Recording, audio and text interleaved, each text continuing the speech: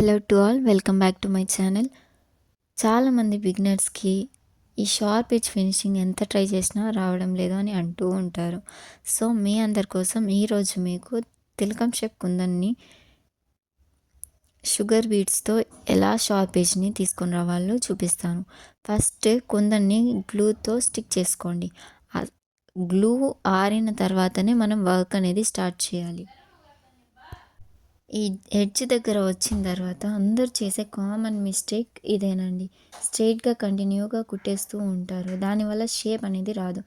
వీడియోలో చూపిస్తున్నట్టుగా స్టిచ్ వేసి దానికి ఇంకొక లాక్ స్టిచ్ వేసి అందులో షుగర్ బీడ్స్ వేసి కుట్టారంటే నీట్ అండ్ ఫినిషింగ్ లుక్ వస్తుందండి.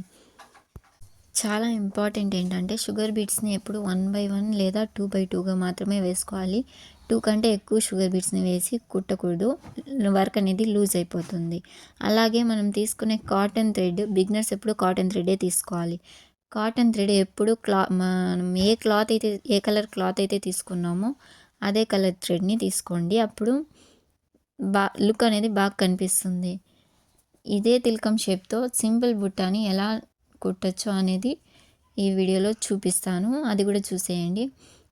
దీనికి 3mm bead 3mm bead sugar bead ఒకటి తీసుకొని కింద 3 లైన్స్ బుటాస్ వచ్చేలాగా సింపుల్గా వీడియోలో చూపించినట్టు కుట్టండి. చూసేకి చాలా బాగుంటుంది. వర్క్ అనేది గ్రాండ్గా ఉంటుందన్నమాట.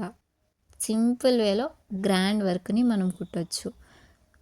సో మీకు ఇలాంటి మరిన్ని వీడియోస్ కావాలి అనుకుంటే లేదా ఫ్రీ ఆరి క్లాసెస్ కోసం స్టెప్ బై స్టెప్ వీడియోస్ అన్నీ నేను పోస్ట్ చేస్తాను. సబ్స్క్రైబ్ చేసుకోండి. Thank you.